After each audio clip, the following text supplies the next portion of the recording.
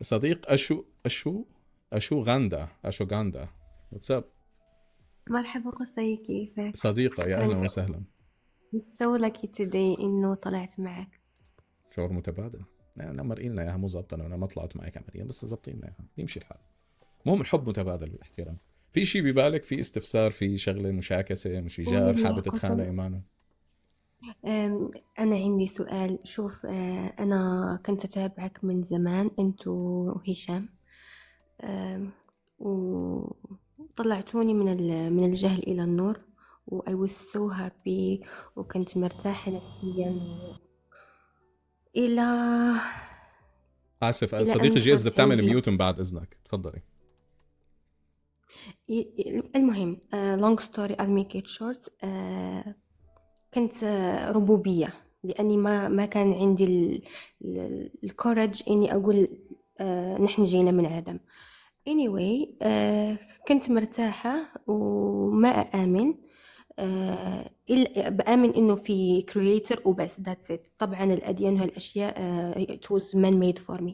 المهم بعدين تعبت نفسيا، تعبت. المهم I don't wanna go into details. سؤالي هو شو رأيك في السحر؟ do you believe in السحر الأسود اللي بيمرض الشخص وبيخليه يهوجس ويتوسوس وهالأشياء، ولا because آه. I was looking for your videos على هالموضوع، ما حصلت يعني شيء يشفي الغليل صراحة.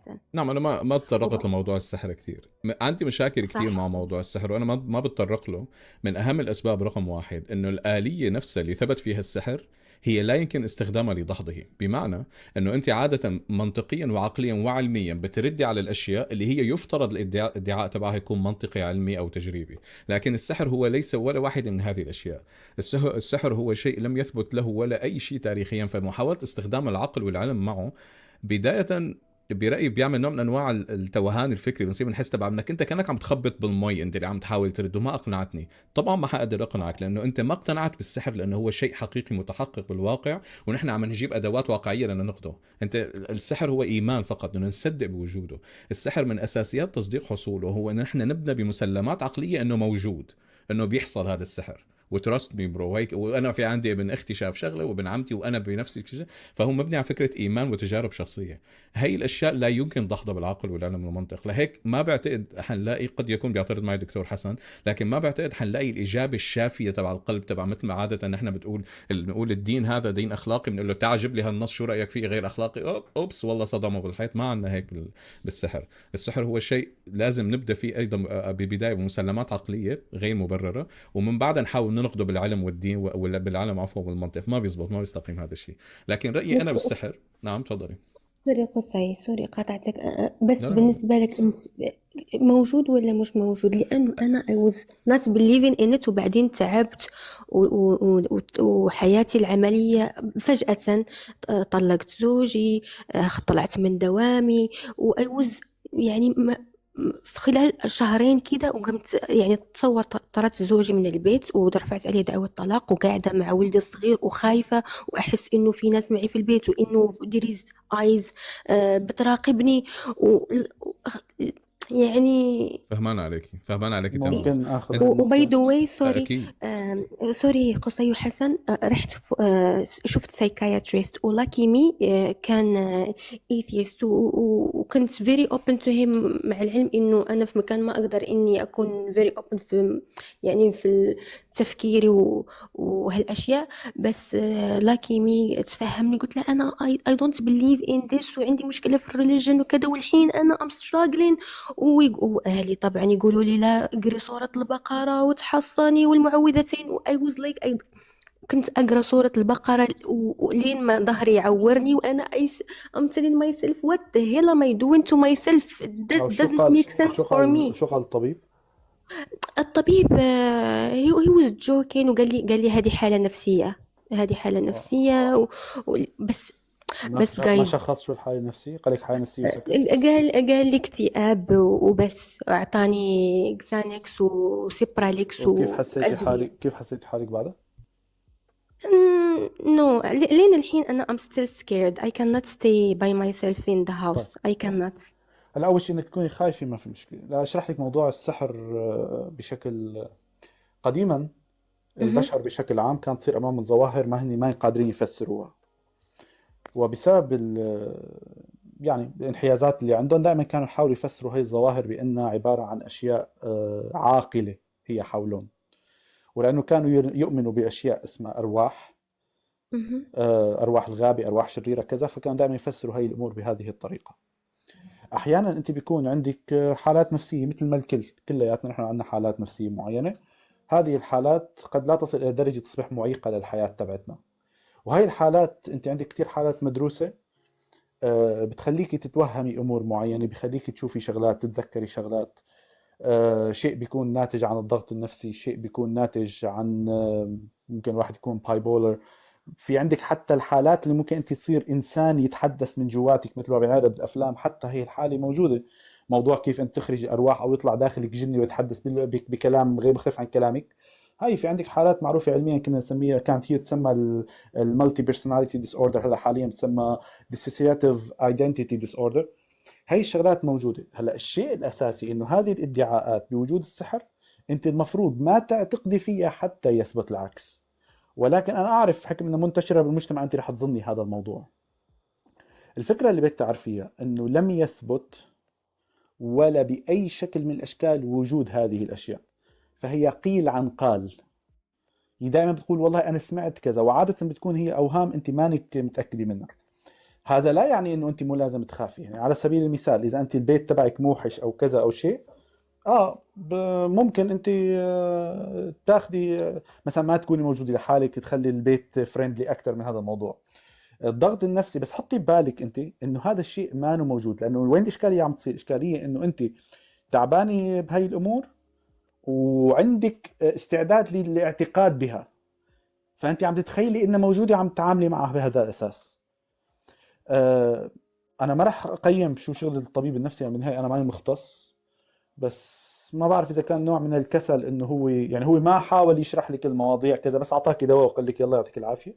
هي حابة بس تعرف رأيك بشكل مباشر، هل طيب هو شيء رايي حقيقي انه أو غير حقيقي؟ تمت دراسات كثير على هذا الموضوع، وفي عندك ناس من داخل الكنيسه عملوا دراسات، هن عباره عن كهان من الكنيسه ولكن عملوها بطريقه علميه على موضوع استخراج الارواح وكذا، ووجدوا انه فعليا لا يوجد شيء من اي من هذا القبيل.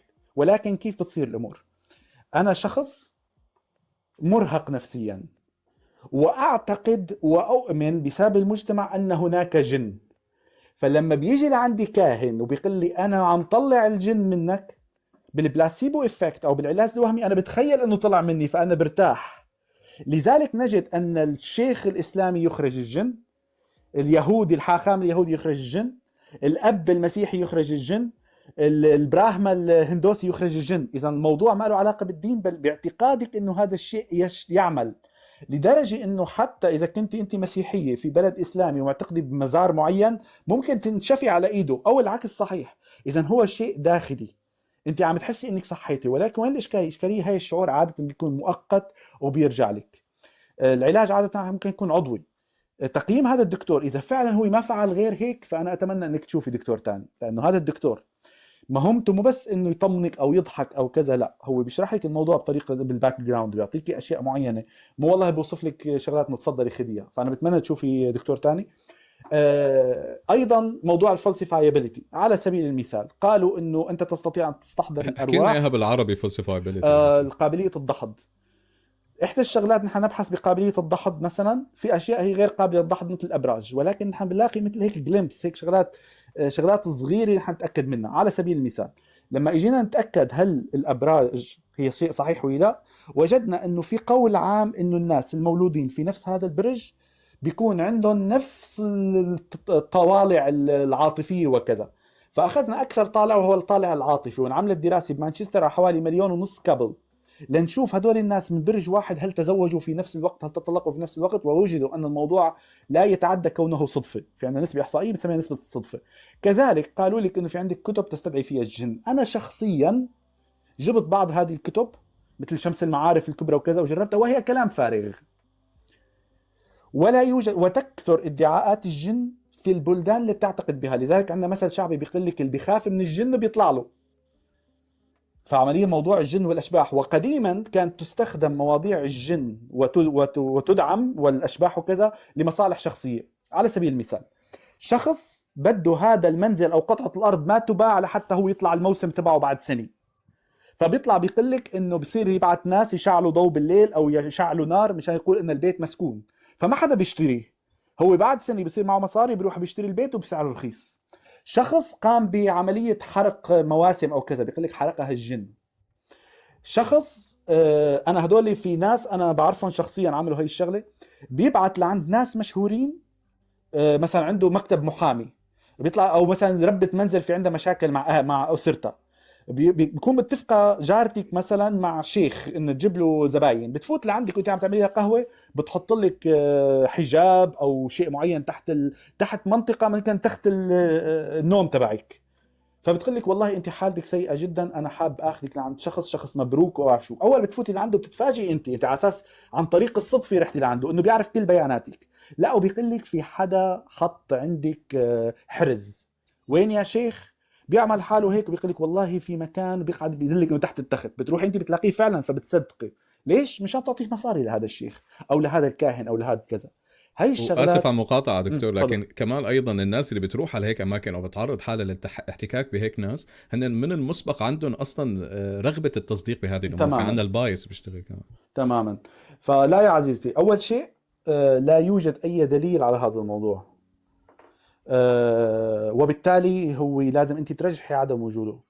الشغله الثانيه، اتمنى تشوفي دكتور غير هذاك الدكتور وتقولي له انا مو مشكلتي بالدواء، انا طبعا عندي انا اذا شغلي عضويه لا مانع اني باخذ دواء، بس بدي تفسر لي هذه الظواهر. الشغله الثالثه، تخلي البيت تبعك فريندلي اكثر. يعني مثلا اعطيكي مثال، انا كشخص كحسن انا اوفر ثينكر، اذا بكون يعني بفكر كثير، يعني مو انه والله بفكر يعني عبقري، بس انا بفكر بشغلات زياده عن اللزوم. فبس يصير عندي اي صمت انا بصير فكر. فكيف بعالج حالي؟ انه انا بشغل شيء قبل ما انام على التلفزيون بحيث ضل اسمع شيء لحتى انام. احيانا بدك تضطري تعملي هاي الشغلات الصغيره يعني. فاذا انت بيتك موحش، في مثلا شجر حوله عم تشوفيه على الشباك كذا، خلي الامور الطف من هيك. تمام، واتمنى لك خير. في شغله بس في نقطه انتبهت عليها بكلامك، قلتي انا كنت لا اتقبل فكره اننا اتينا من العدم. اعتقادنا نحن لا ديني لا يقول انه نحن اتينا من العدم، الا اذا قصدك لا اتينا من I دون said سبب. no I was not strong enough إني أقول there is no creator وإن من اوكي العدم، مفهوم. I preferred لا إني اوكي أكون I طيب. choose to be deist يعني ربوبية. بخصوص الدكتور النفسي حسن اللي we were discussing كثرنا فيه الكلام، هو إنه أنا كنت مرة بعد ما قريت سورة البقرة حسيت كنت بين اليقظة والمنام، يعني I was about to sleep، وحسيت إنه كأنه في جناح يطلعون من ظهري. انت مستعده لهذا الموضوع، لغليك شغله. ف... لكن فهذا الشيء هو شو هو اللي هز البلاسيبو؟ ثقتي. شو هو البلاسيبو افكت؟ بلاسيبو افكت او اسمه تاثير الدواء الوهمي. نحن لما بدنا نشوف هل هذا الدواء مفيد او لا، بنجيب 3 مجموعات. المجموعه الاولى اسمها مجموعه الشاهد، الكنترول جروب، هي ما بنعطيها الدواء ابدا. المجموعه مهم. الثانيه بنعطيها الدواء. المجموعة الثالثة بنقول لها انه نحن اعطيناكم الدواء. مثلا اذا انت عندك حبة دواء بيكون فيها التأثير الفعال 1 جرام والباقي حوامل لهذا الدواء، لأن مو كل الحبة بتكون دواء حقيقي، بتكون حوامل له سكريات وهي الامور. وبنعطيهم هي الحبة وما بنخبر انه ما اعطيناكم اياها. وبعدين بنقارن التغيرات ب3 مجموعات. اذا شفنا انه فعليا الناس اللي اخذت الدواء حالته احسن بطريقه سيجنيفيكانت، بطريقه مهمه مقارنه باللي ما اخذوه، بنقول حلو هذا الكلام. بنقارن مجموعه البلاسيبو مع اللي ما اخذوا دواء. اذا شفنا نفس النتيجه فبنعرف انه الشفاء صار لانهم اعتقدوا انهم اخذوا الدواء وليس بسبب الدواء ذات نفسه. كذلك لما اجينا نشوف تاثير الصلاه وتاثير القراءه وكذا، وجدنا انه المسلم والمسيحي واليهودي والهندوسي وكذا ما دام قرأوا شيء يعتقدون أنه كلام الله هو مقدس، يحدث عندهم نفس التأثير. إذن التأثير هو ليس لهذه الكلمات أنها من عند الإله، بل لاعتقاد الإنسان أنها من عند الإله. لما أنت عم تقولي أنت ما بين النايمة والفايقة، يعني أنت ذهنك ما بأفضل حالاته، نص نايمة تعبانة أو كذا، وقرأتي شيء تعتقدين وأنت ملقنة أنه من عند الإله، فإجاك هذا الشعور. عادي. مثل والله الواحد ممكن يكون قاعد هيك ويحس امه اجت لعنده فبيرتاح. اوكي. مم. صح، هو السكياتريست نفس الشيء، أعطاني الدواء، قال لي أوكي it's getting serious، خدي لك الدواء وهدي أعصابك. وقلت له is this normal because أنا حسيت يعني I was conscious، وحاسة إنه صار شيء طلع من يعني من ظهري، طلع أجنحة. ف... فعشان كذا خلاص، نعم. يعني بس بتمنى اتمنى تشوفي طبيب تاني. اوكي. يا كنديل صاحب النصيحة نفسها على نصيحتك، يعني بتمنى نشوف طبيب تاني بينته الأخ شوي معشوق خلينا نقول. لكن أيضا مثل ما حكى لك دكتور، السحر والجن وهي الشغلات هي محاولة أجدادنا لتفسير أشياء هن ما عرفوا يفسروها، استمرت لوقتنا الحالي لأن أعطيناها قداسة معينة لكن لا يوجد لها رصد بالواقع. ويمكن أيضا مثل ما قال لك دكتور حسن استخدامها للتحكم بالناس بوقتنا الحالي.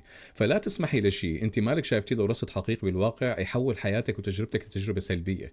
مثل ما أنت حاسة بنوع من أنواع في عيون بالبيت مثل ما قلتي عم تطلعوا عليك، وفي نوع من انواع الثقل بالبيت ومالك مرتاحه، طالما انت بانيه هذا الشعور على شيء غير مثبت، اتضح انه فيك تعملي العكس تماما. فيك انت تخدعي عقلك، فيك تقولي لا بالعكس تماما، بما انه ما في دليل على الموضوع انا بدي اياه يكون شيء ايجابي. انا بدي احس لما بفوت على البيت في روائح زهور تطلع لي، انا بدي احس انه الحيطان ملونه وبطلع الوان LED.